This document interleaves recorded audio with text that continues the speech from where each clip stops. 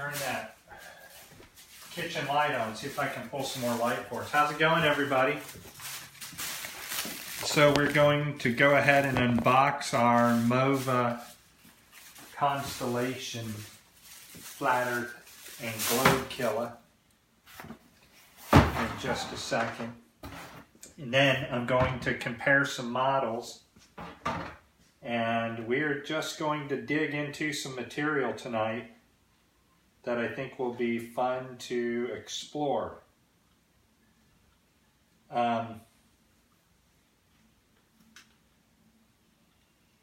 So let's go ahead and take a look at some things that I'm going to do. Up here on the computer, we're going to do some comparisons tonight, and we're going to compare the cellular Earth theory versus the cartoon theory. Let's see, I got to come over here. And I know that's not running there, but I thought that I had my comparison video right here. So I can just go ahead and open this in the native player. Alright, so this is apparently Rob Skiba's model, and we're going to look at some things while we are currently comparing the two models. And you're going to see some massive flaws in the flat Earth model. Of course, this is our flat Earth model to the right. I think this was put together by Rob Skiba. This is the model that flat earthers use, and you find out that there's a lot of problems that are involved in it.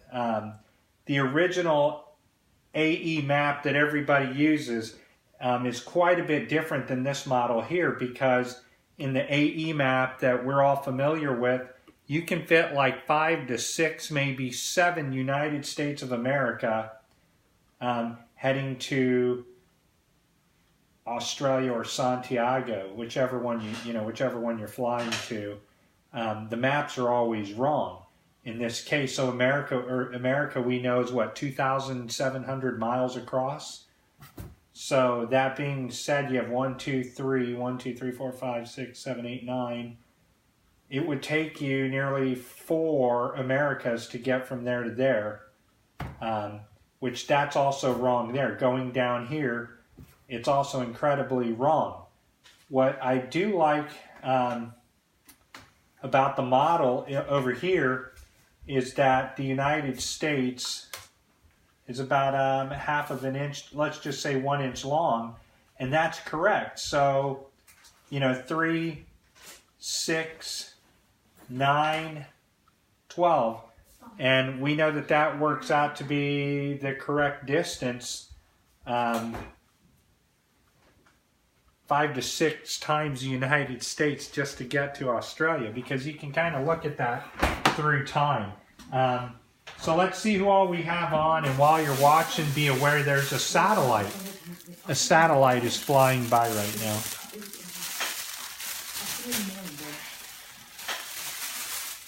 Alright, so there's also some other things that I want to look at, because in the month of June, there are reported 3 midnight suns at the same time. So in the month of June, May to June, you have 3 midnight suns happening at one time. What this means is that here we're at April on Skiba's map, and the map that all the flat earthers use right here. You're just a couple of days off. I'm about a month off right here on purpose because I want to see the trajectory of both. If the sun were spiraling around in the spring as close as it is, or if I fast forward to the time when we have our consecutive, it's going to be right at 6-1. When you look at the sun so close in what they call the northern hemisphere, this is where Norway and Alaska have their 24-hour sun, while Australia is also receiving a 24-hour sun at the same time that all the flat earthers love to argue about and say, well, it's absolutely physically impossible. But you can go look. Now, if Alaska's having a midnight sun and it's wrapping the United States right here, well, then it's safe to say that all of the other surrounding land would also have a midnight sun, right? That's what, because the spiral, according to this model, that's flawed also because the United States, this map is built on a slave trader's route. And you can go Google that all you want or something. I don't really want to go into it. So here we're at May 9th already, and we're at June. And I think what I can do, you can already start to see how if the ether is connecting us or holding us to the ground, you can already start to see how in the month of May, Norway and Alaska are starting to receive their 24-hour sun. And you can already see where the southern hemisphere down here would receive its 24-hour sun as well. But you're not going to see that here. It just doesn't make sense. It's not possible. Right there, if Alaska and Norway are getting a 24-hour sun, then so should parts of Canada as well, according to this model, because the sun never goes out of Canada's view. On this model, we're coming into the 24-hour sun, June 14th, 15th, and you can already logically see how the north and the southern continents are going to see that magnificent 24-hour sun. And so, yeah, this is what I want to get to here in just a minute. But that's just one of the things that there's a big, huge flaw in this model here, and I'm so glad that nobody ever came up to me when I was flat earthing and took me up on our $10,000 challenge to disprove our information. I made it out by luck, man. I'm telling you, man, there's definitely some type of creator that's looking out for me, because I would have had to sign the check over. I couldn't make a model work. That's what caused me to say, you know what, Flat Earth doesn't have a model. Flat Earth can't have a model because, there's no model. There's not a Flat Earth sailing model. Captain James Cook, who all the Flat Earthers love, he did not use a Flat Earth model. He used concave models. And people think that's so funny, but man, that's all they really are. They just inverted all the lines. Here you go, babe. All right, so let's unbox our... This is something that we don't really take into consideration, how the models both work side by side. And I have to know what the hell I'm talking about, because I'm speaking at Mad Mike Hughes' event presenting the concave model, because you know what, man, the organizers of that event, they're not assholes. They're not jerks. They said, Ernest, man, we need to find out why you changed. What happened? And, Mad Mike Hughes is a pilot already, so he's going to understand a lot of what I'm going to talk about here tonight, because, we're not considering the data that we should be considering, because guess what? There's a reason why you're not considering it, because you didn't know there was a third model out there. You discredited, like I did, I discredited any other model. Psh, what do you know, man? I'm a flat earther. Come on! The government's lying about this. The government's lying about that. Your mind is being reprogrammed. I know all the tricks, but why didn't I have a map? Why didn't I have a version of my flat earth that I was out presenting to people? And they would ask us on some videos. You can go back and watch them while we're at Harvard. And they say, well, is there a dome, or is it a flat, a flat sheet above you that's maybe made up of atmosphere? Hell, I don't know. I can't see that far. So that was always kind of my, my way I weaseled out of a good debate. But man, had I ever been challenged, dude, I would have lost hands down. And so will you. because Dave Marsh doesn't have a model that works. And on this, you know, when you look up here, man, right? So Dave Marsh is always talking about the ether being at the South Pole. Where the frick is the South Pole on this thing, man? Is the South Pole a big-ass circle? Why don't airplanes fly to the left all the time? Why aren't they always banking when they're flying, you know, on the flat Earth model? But what they are doing, man, is they're flying nose up. They're flying, bam, nose up on a concave Earth. And we're going to look at the videos tonight, man. All the flat Earth pilots, man, they're saying, you see these guys recording the pilots asking a question that throws them off guard. They say, well, is there any downward curvature? Because if you're flying over a globe, obviously you should be flying nose down. And the pilots always say, no, we don't fly nose down. And then they'll say, well, what about the flat Earth? And a pilot will say, yeah, okay, or yeah, I've heard of the flat Earth. And then you see them, all the pilots say, we fly, bam, nose up. We fly nose up because we're constantly following the trajectory of the land. So you think I'm crazy, right? But I keep telling you, man, the Concorde proves that it is the goddamn nail it's the nail on the head. It's the bullseye, the arrow hitting the bullseye, man, the nail in the coffin. It is the point that you cannot argue unless you want to be crazy. And Brendan Daly, I'm talking to you. I love you, brother, but you're wrong, man. All of you people are wrong because the Concorde, man, it proves that we live on a concave Earth. And in the book, A Concorde Story, the Concorde, man, it's the damn answer that I couldn't refute. Because I'm like, yeah, man, planes don't nose down. Well, why do all the planes nose up? And the Concorde flies at 1,350 miles per hour, flying at 25 miles per minute, right? And it's flying at let's see if I can enlarge this.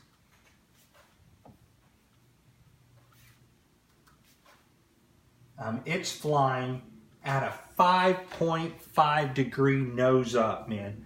5.5 degree nose up during flight. The Concorde fucking proves we live on a concave Earth, man. Nathan, you can't argue. Not even worried about you arguing, man. My friend John and all these people that mocked me, I stand to you and say I had a lot more vested in to lose, man. I have my wife has $10,000 geared up for us in our what do you call it, escrow. And man, I wagered that money thinking I was so right. And had somebody came and showed me that, I would have lost, man. And we would have had to pay up because there's no reason, if you're on a flat Earth, right, that a Concorde, if it's on a flat Earth like this, man, a Concorde would just have to be able to, you know, hover right above it. And they don't. A Concorde's flying at 5 degrees, nose up. The Concorde is also already built at a 3-degree incline. And I think, if I'm not mistaken, it has an angle of attack when landing, bam, man, at 80%. That's fucking insane, man. And the F-22 fighter has like an 8.5 degree nose up during flight, plus what's already built into the plane. See, we think planes like the Concorde or jets or something, man, if you're riding in a jet and you're in the back, you can always see the front of the plane lifted up, because when a plane's flying, man, it's constantly catching that incline upward. And the Concorde flying at that speed, man, 1,350 miles per hour, twice the speed of sound, would not have to nose up when the Concorde is already built at an angle when it's on the ground. And your seats in that plane, they're built level. So pilots will tell you this, man. The plane's built like this for the proper incline. Your seats are built like this inside the center of the plane to make you feel like it's level. But the plane's always still flying up. And if you look at different different flight videos, and especially one of the Concorde, man, you can see how high it is above that center line. So there is no doubt about it, man, that the Concorde airline, the greatest plane, the greatest airliner that our Earth has ever seen, there's no longer any doubt about it. And I called an aerospace engineer. My other wife, Heather, was there. Kelly's behind me. And the aerospace engineer said, Ernest, yes, absolutely correct. If the Concorde has no stall out speed because, of course, it's twice the speed of sound. So it's not going to stall out. It's going to be able to climb, until it just ran out of gas. Well, he says, yeah, man, the Concorde, in essence, because the speed that it's flying at and the amount of lift, he says, if that plane were to keep going, it would make a huge loop in the sky. And I threw my hands up in the air and I said, holy shit. And he goes, what? And I said, man, this proves that we live on a concave Earth. And, well, he didn't buy it at that point. He said, no, it proves that the Concorde was the most marvelous plane that man had ever built to transport people from the UK to America or wherever it's flying, And, of course, I think that we have some serious issues to prove, man. But this is a Concorde, right? The minimum pitch, when, and this is from a Concorde story. You can go buy the book. There's no link that you can, download it at. Because I think this guy is one of the premier pilots of the Concorde. So check it out. Let's see if we can at least focus to read this. So if we look at what this is saying, right? It says the minimum pitch when supersonic is 5.5 degrees indicated by orange marks. What are the orange marks? Right here. So the Concorde is flying at 5.5 degrees, right? And here's what it's doing, man. The Concorde is flying at a 5.5 degrees nose up. The plane is already built something like 3.5 in it, so it's actually flying a little higher than that. And it's making the arc. It's making the concave track or the concave route. I don't care what the hell any of these, what I call neophyte flat earthers, right? Flat earth would definitely be an inside job, right? But flat earth is also concave, so it's okay, you'll get there. This proves, man, beyond all shadow of a doubt that we live inside of a concave earth. It proves it. It proves it. Or else, can any flat earther out there tell me why would the F-22 airplane, F-22 fighter jet, why would it fly like a 13-degree angle up? That fighter jet goes Mach 3, so it goes faster than the cruising speed of the Concorde jet. On a takeoff, it is set to, I cannot read that. I can't see if that's a 0 by thumbs down on a column. A final approach to 11%. Holy shit. Did you put your glasses on? Why? You can't see. Oh, no, man, it's just because it's a screenshot of a book. So, hey, listen. Robbie Davidson, all you people, man, you need to tell me why the Concorde and these fighter jets are flying like that at a nose up. Because let's take a look at some videos, right? Because I kind of want to show people that this is something we're all missing. I think we might just, I had some of these saved, and I had to go to a school meeting, but I also want to go ahead and unbox this as well. My Mova Constellation Sphere is here. It's the flat earth killer, man. The moment I saw this, that's what it is right there. And the moment I saw this, I had to get it.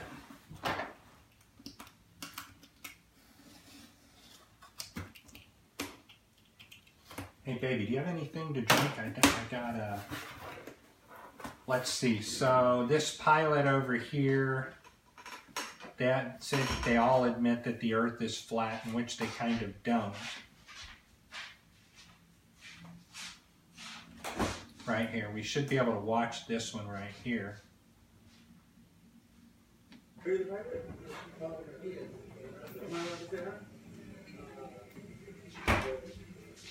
Let's see if I can move it over here. Hey, I just want to say thanks for this good flight. I have one question. Is there a specific angle of downward tilt you have to fly at to 30 degrees for the curvature of the Earth? Out for the Earth? Because, yeah, it'll just fly over the troposphere. You see that, man? Holy shit! It's all making sense, dude. Bam, they got to get high up like that, and then they're going to drop down. That's how you land, right? So the ground is spinning, or station. If you're on the globe, this creates a bigger problem, man. If you're on the globe, because we used to always say, well, if you're on a, you know, if a pilot's having to constantly nose up because of the fake sphere that's under him and it's moving, where's it at when he comes down? Well, that is kind of going to be a problem for the globe head to answer. But here comes his answer that we all didn't think about. Do you have to keep like kind of going down because no, you actually have to nose up? You hear that? There it is, man. He said you have to nose up. I'll rewind it so you can hear it again. Do you have to keep like kind of going down because no, you actually have to nose up?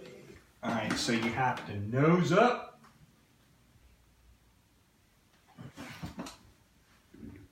This is called flight inclination. No, you actually have to nose up.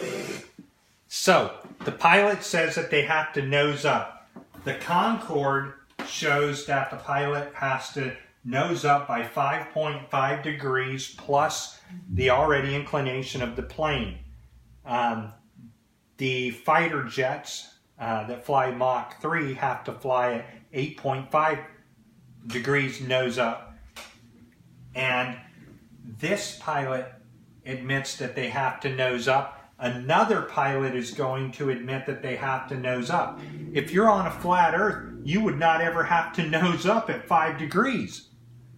That's insanity. If you're on a flat Earth, man, you just catch that glide and you go. And that's why they say they fly with the wind streams, right? It's pushing you along. But if you're always having to nose up and you're nosing up while staying level because the ground above you has a huge iron wall that we can't get through that protects us in our model, that would be back here.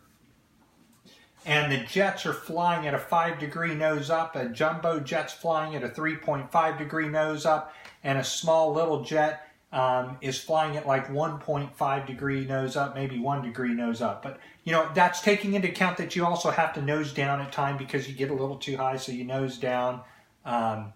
And to fly at that perfect level, man, you're just... A Concorde proves it. The pilot says we nose up. There's one more that shows that we're going to nose up as well. And this is the clincher, people, to the... Oh yeah, the SR-71, man. The SR-71 is the one that noses up as well. And I want you to do some homework. Type into Google, you know, how much does an SR-71 have to nose up? And there are a bunch of, I think this guy right here talks about nosing up. I have to just see what he says right here.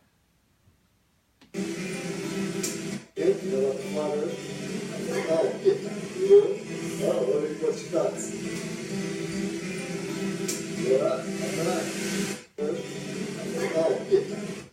Okay, thank you, and have a great night. Good, thank you.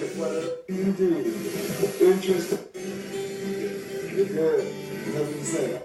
Well, I'll tell you one thing, I don't... Yeah, because they know you're not correct, man. Are you the pilot? Alright, let's see if I can find the one of the older gentlemen who says they have to nose up. So, I don't know how we missed it. We just didn't think about it, right? And I should know because I flew in San Diego. with my wife, and it just never dawned on me. So I called my old boss, and I said, hey, man, you're in Thailand now. You're retired. You're rich, and you're wealthy. What are you doing? Flying. And I asked him, man, what degree did your Mooney have to nose up? And he says, well, the Mooney had to nose up like 1 degree nose up. And I says, why? And he says, I never really flew it at the, the speed I should have flown. It's just such a beautiful ride. You just get in it. But still, if you're at 1 degree nose up and you're barely scooting along, man, that's phenomenal. And the Mooney's already built a little for inclination. So let's keep opening my Mova Globe. So, right, because we're also, I want to leave the person a video review. And let's see what's going on in the comments. Hey, Shay Lynn, they're not falling for it, right? You're falling for that bullshit map that I just showed a moment ago that I utterly refuted by the distance of America to Santiago on your bullshit equidistant map. And you're falling for it. You're calling truth. What bullshit, man. The Concorde proves you're wrong. The Concorde proves that Shelley Lewis is wrong. The Concorde, the F-22, the SR-71, the average jumbo jet, they proved that we all were wrong as flat earthers, and nobody was smart enough at that given time to come up and say, dude, I've got the answer you need for you to sit down. And what I can tell you is that you guys are part of an agenda. Right? The agenda is not to spread truth, and that's why you guys don't even have a map you can sail on. But since the 1400s and all the way to today, they've had concave maps that they've sailed on, that they've mapped lands with. As flat earthers, we didn't have a map. We don't have a map. We don't have a working model. We don't have a model for the sun, the moon, and the stars. We don't have a model like I showed earlier that explained the 2 and the 3 24-hour sunsets. We don't have a model on flat earth that explains the tides. We don't have a model on the flat earth that explains a tsunami or a flood. We don't have a model on the flat earth that explains correct distances, sizes of land. No, man, there are so many holes in the flat earth dogma and doctrine that they're not being talked about. Do you know why? Because you can't sell a fucking book like this, because a critical thinker will come along and say, hey, man, did you know the Concorde flies at a 5.5 degree angle up at 1,350 miles per hour, and if the earth was flat, he'd just keep getting further away. That'd be a waste of gas. To go so far away, right, even though you're breaking the sound barrier 55,000 feet up, you wouldn't need to do that, because then you'd have to descend. But that thing flies at 55,000 feet at 25 miles per minute with a 5.5 degree nose up, not including the angle already built into the plane. So the Concorde, if you look at that indicator there, the Concorde's flying upward like this, and people are going, oh, Ernest, hey, I don't know how to explain that, but you're wrong. Yo, man. No, we're not wrong. So anyways, let's keep opening up my globe, or my Mova sphere, constellation sphere. What concave Earth will make you do is research your ass off, man. You will learn things that you never knew existed, you could not explain on a flat Earth, and you will begin to see the science that's actually behind this, and then you'll start to see the things that support the science behind us. And then you say at that point, you know what, man, I might have fell for a government launched psyop or a government launched control. Listen, man, they're going to make some money. Mark, what's his name, Sargent, already said, dude, he's planning to rake it in. Of course he's planning to rake it in, because much of America is going to get caught up into this. It's kind of cool to be a flat earther, right? You go out, you can kind of smack somebody around in your logical fight, and many flat earthers kind of remind me of the movie with Matt Damon. What's it called? Where he's at the university and he's really... Oh, Good Will Hunting. Good Will Hunting. You guys remind me of the guy in the bar scene at Good Will Hunting. You come out with things that are parroted around, but Eric Dubé, I've told you his models are wrong. I've told you Eric Dubé for a long time. If you go watch his movie on Jupiter, or his video on Jupiter, he says that there are no 4 what they call Galilean moons, what I call lights in the sky. He says those don't exist. Well, dude, I don't know what to tell you, man. we see them with our own freaking eye. And what I was discussing is right there, the entire United States should be seeing a 24-hour sun. Man, that is such bullshit now that I see it. All right, let's keep looking in here.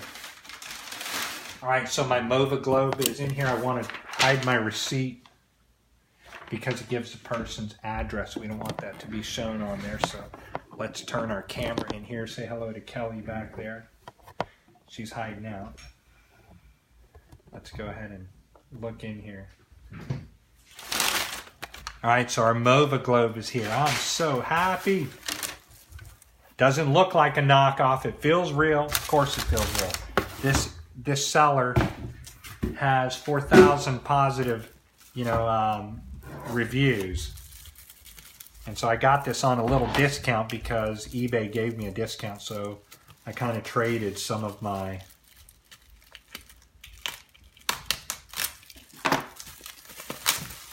purchasing power to get this. Yeah, hi Tyler, how's it going? Marcus, what's up? Christopher, how you doing? Hi Holly, hats off to you. Let me know when you get your shirt.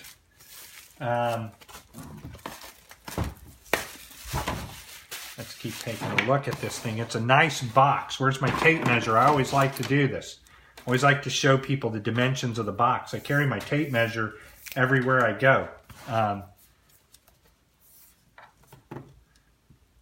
7 1/2, 2.5 inches tall, 5 3/4 wide, end to end. Obviously, you can work the rest out. Let's keep looking. I'm very excited. I want to make sure I'm not blocking the light or making it hard to see. Welcome to the Mova family. Our user manual. I don't want to show my registration. The disclaimer. Man, I am super excited. All right, so in here comes our 3 little stands. This is like a, I've already read about this. You peel this and it starts to become an attractive source. Let's look at the, man, the foam's pretty nice. You guys need a Mova Constellation sphere, man. This is the proof you live on a flat and stationary Earth in your imagination, and you live on a concave Earth in reality.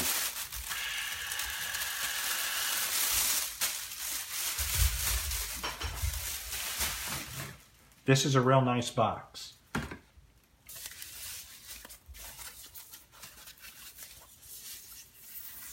Wow. Now we definitely have to set it to where it's ready to use.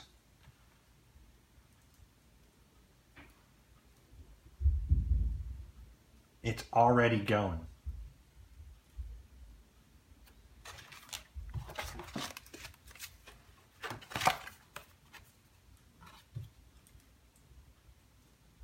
All right, so fill that out so we can register and send it off. The disclaimer, if you want to read it.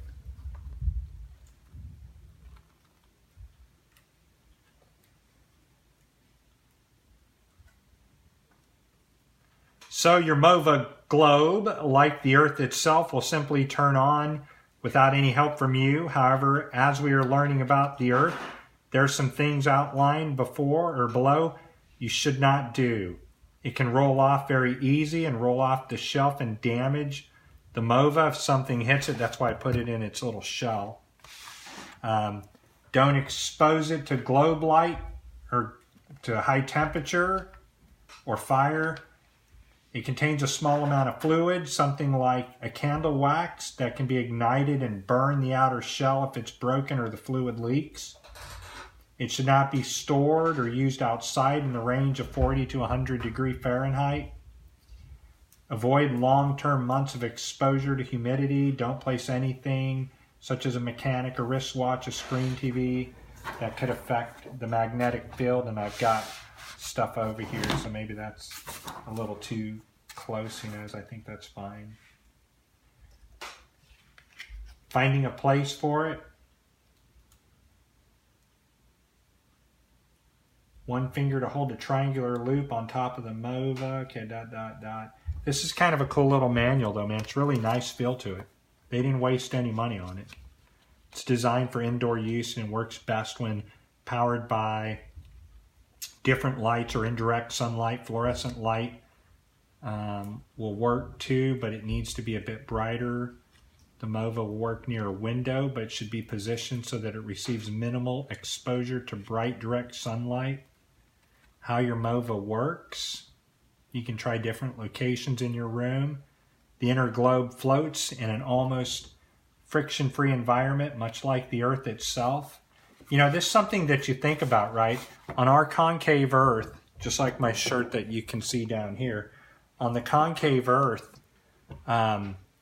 we sit suspended in fluid. It's holding us up, fluid is. And magnetism is holding us up. And the interesting thing is, when you read the Bible, it says that the earth is held up by 4 pillars. But then in the book of Job, it says that the earth is held up by nothing. So which one is it? Is it held up by 4 pillars or is it held up by nothing? Because if this is a concept of our concave earth, like right over here, that's what we're looking at right here. If this is a concept of our model that really works, yours doesn't if you're a flat earther, because you're never going to get the right star trails. And you're going to be like Dave Martian saying that there's an ether that surrounds the entire South Pole, right? So it's going to surround the entire South Pole. That's a bunch of nonsense, man. That's a bunch of nonsense. I don't know how else to explain it. So the interesting thing is we'll get this thing working, and that way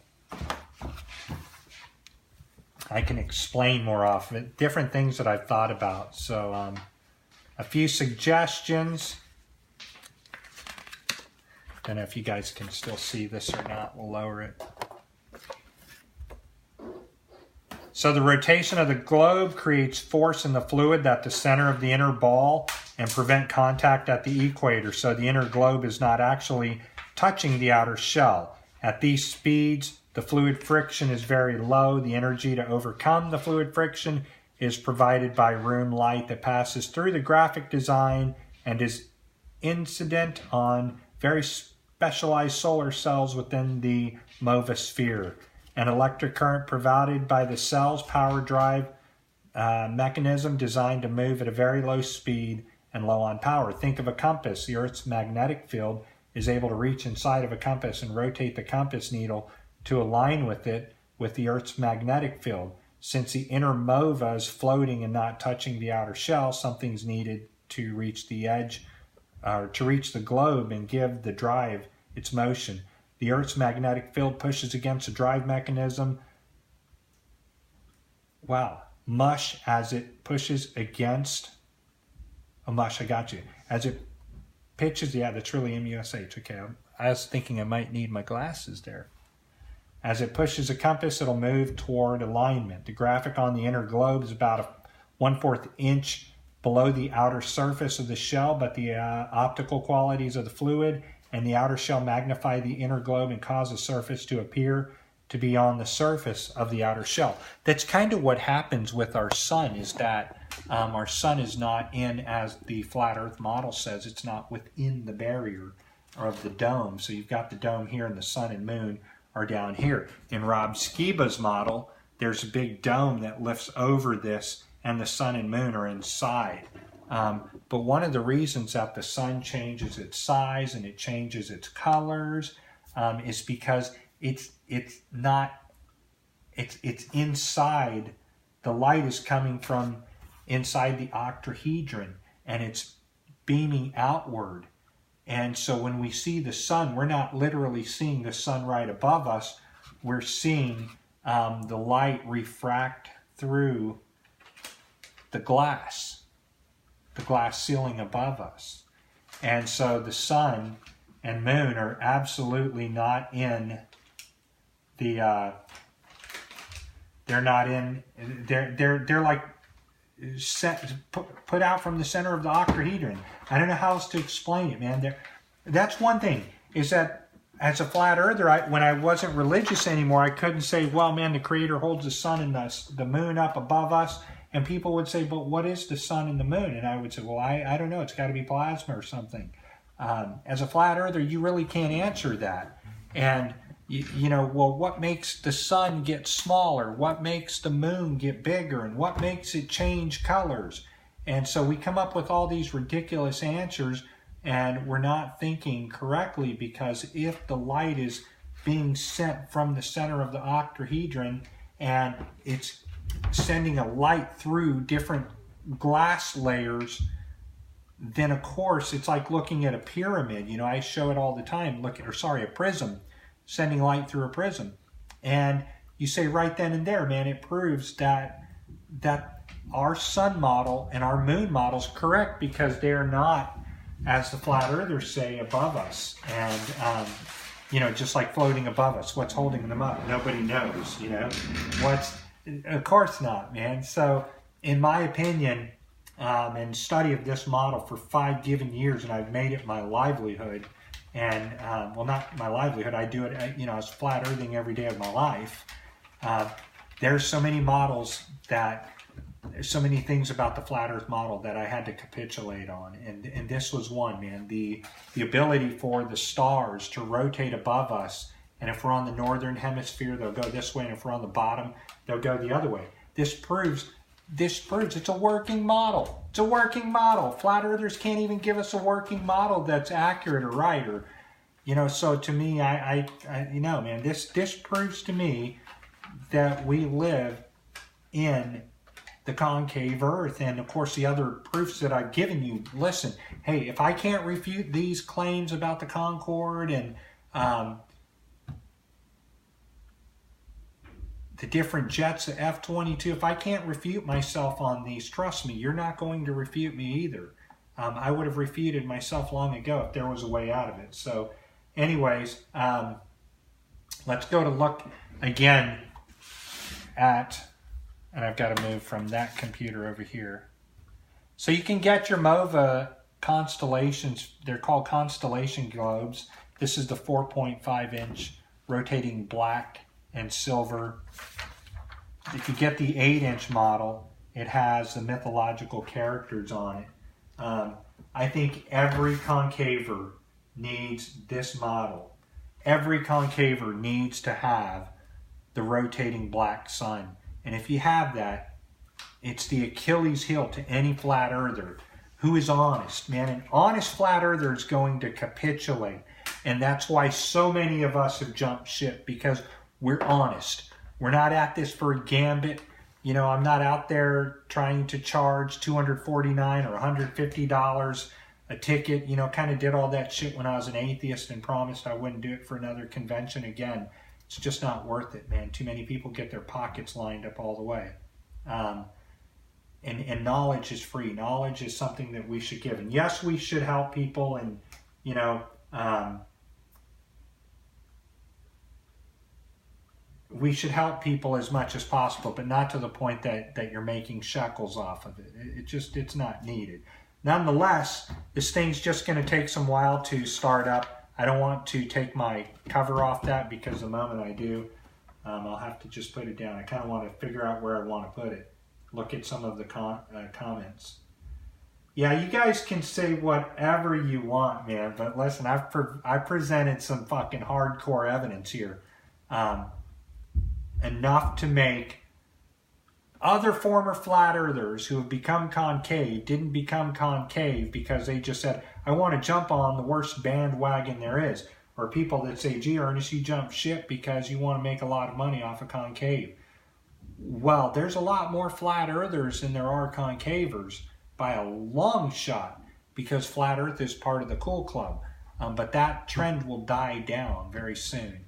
The flat earthers that became concavers are the ones who are honest, that looked at the data and some of the data that I presented. I haven't met a concaver yet that can refute why in the world the Concorde jet has to elevate at a nose up during flight. And I think, I don't know, I might know one or two pilots, but that are jet pilots that fly fighter jets or supersonic jets. So I don't know, man, until somebody can figure out how the hell they would need to do that, just flying, man, at supersonic speed, lifting up like that is the most mind-blowing thing I've ever encountered. And I stay honest with it, you know. I stay absolutely honest with it. Let's see, somebody just asked me my evidence is what? Wow, we got to, whoever Tyson Greathead is, man, we'll figure out how to delete him. Maybe I can just go block him like that. Yeah. So other than that, man, it's case closed. I can't answer these problems for you. The pilots say we nose up.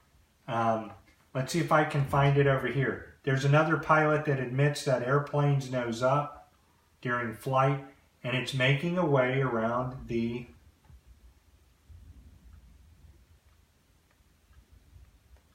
it's making its way. I haven't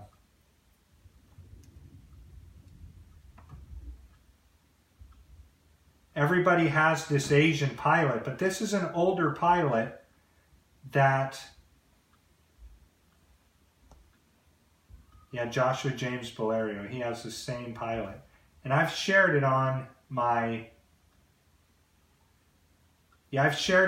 wall, and it's down there, so I'll go share the link again, and you guys can catch up and see the pilots are telling you, man, they're flying nose up. And that is a damn clincher to the flat earth, man. It just doesn't make any sense. Why would a plane need to do that? Airlift, angle of attack, plane of flight, and they all show inclination. So, look, man, I want to go hang out with my wife. I wanted to get into this, but she might start to get a little upset because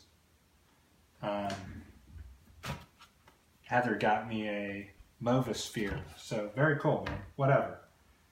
I don't know. Let me go ahead and hang out with my honey, and then keep in mind, everybody, I've presented some real freaking evidence, man. You can go buy the book, A Concorde Story. I'll have a link to the Concorde story below me, or below the video. You can look at the comments, and I think it's like $8. I bought it. You should buy it too, because the pilot's he tells some very good information in that book. And I'm reading off like pages 160 through 168 of the book. Again, there's no PDF of A Concorde Story, but you can look it up online.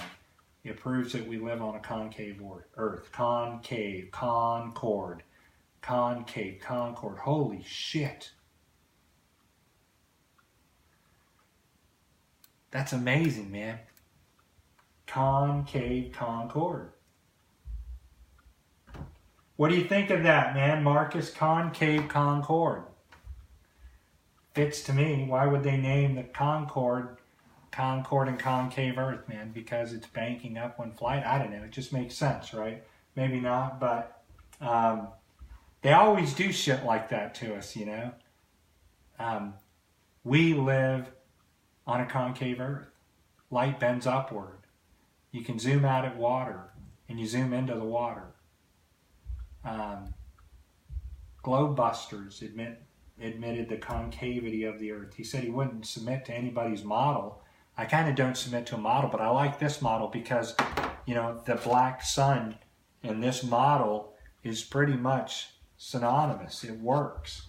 The only thing I wish that was different here was that, you know, half of this side was light like the sky. But nonetheless, it's a very cool toy. I'm going to let it charge up and play with it a little bit and just watch it. So, you guys have some homework to do, man, I'm telling you, and that's just the beginning, because the seasons on the flat earth just don't make sense. 3 midnight Arctic suns do not make sense at all. They're impossible. they're impossible on that model.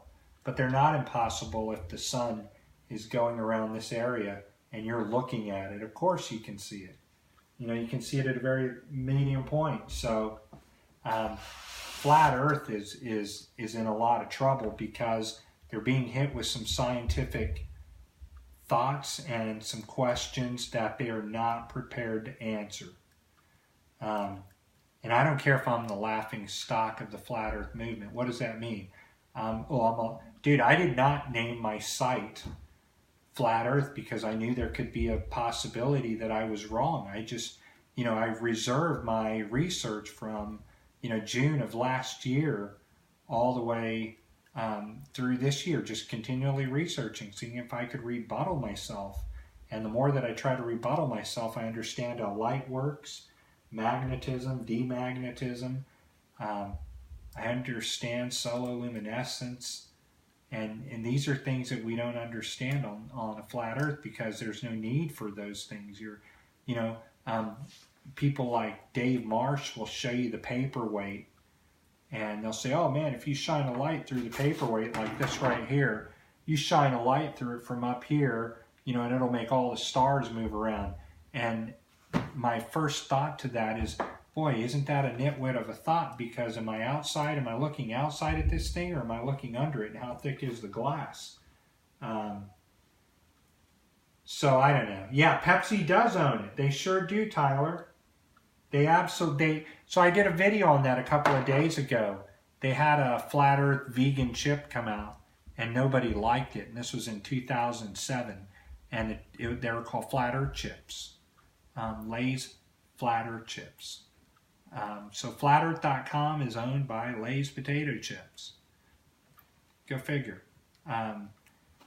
Concord proves we live on a concave Earth, and maybe that's why they got out of the flat Earth game. Who knows? Maybe someone from Concord called them up and said, hey man, the Concorde flies at 5.5 degrees nose up. Nose up. All the pilots are saying they fly at a nose up, but you know, we keep pointing this out, but apparently we're the wrong ones. And I really want to find this third video of a pilot.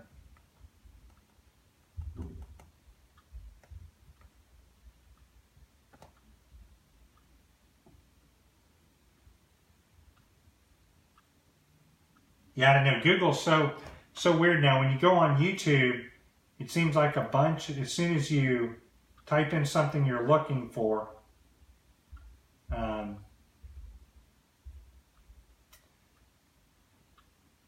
soon as you try to find something you're looking for, it's not like it used to be. It's really weird now. A bunch of algorithms have changed.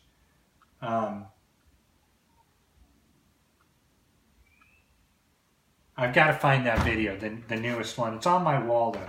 I'm going to go hang out with my wife, man. She got a little upset, so want to go hang out with the babe. See you guys. Have fun, and thanks for watching. And by the way, I'll do another video on these. And I just want to bring this up one more time because why shouldn't we, right? The proof we live on a concave Earth right here. That's the Concorde airliner plane flying at supersonic speed at a 5.5 degree nose up during flight.